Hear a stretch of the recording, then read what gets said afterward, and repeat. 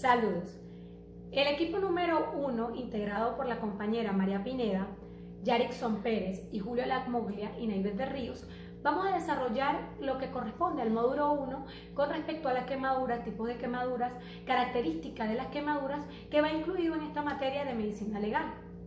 Y podríamos comenzar diciendo que una quemadura es una lesión tisular que puede estar causada por diferentes tipos de agresiones, como son las de tipo físico, como la exposición al calor, a la electricidad, al fuego, a la radiación solar o las radiaciones por radioterapia.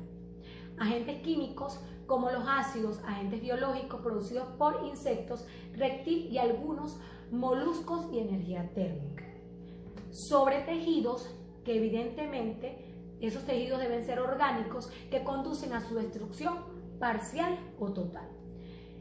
Por tanto, la gravedad de una quemadura dependerá de su extensión en ese tejido orgánico y su profundidad y severidad de la quemadura depende además de la extensión, de la profundidad, de otros factores como la edad y también la existencia de comorbilidades. Pero en general podemos decir que la gravedad de una lesión dependerá del grado de la temperatura a la que el organismo quede expuesto y al tiempo de exposición o contacto, entre otros.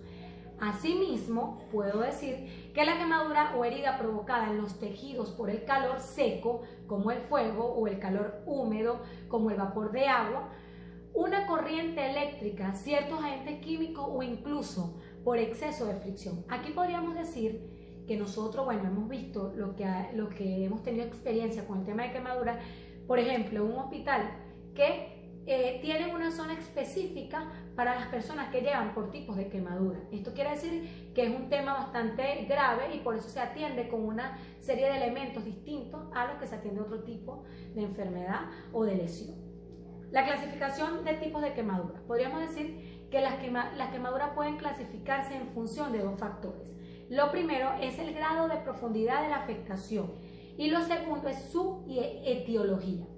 Es primordial realizar una correcta valoración de la quemadura para clasificarla correctamente y de esa forma establecer el orden de prioridad en nuestra actuación. En este caso, la gravedad del paciente quemado se determina por, uno, su extensión, es decir, la superficie corporal totalmente quemada. Depende de esa extensión, se va a definir la cantidad de la quemadura. Asimismo, podríamos decir que otro elemento es la zona y estructura anatómica afectada. Asimismo, la edad, el estado de salud previo a la quemadura. Por eso podemos decir que todo va a depender del tipo de quemadura, de la profundidad de la quemadura, de la extensión de la quemadura y obviamente de cómo esté esa persona con el tema de la edad y la exposición a la temperatura y agente externo o humano. Esto quiere decir que, con esto seguimos profundizando la temática del módulo 2 para seguir formándonos en esta carrera tan importante.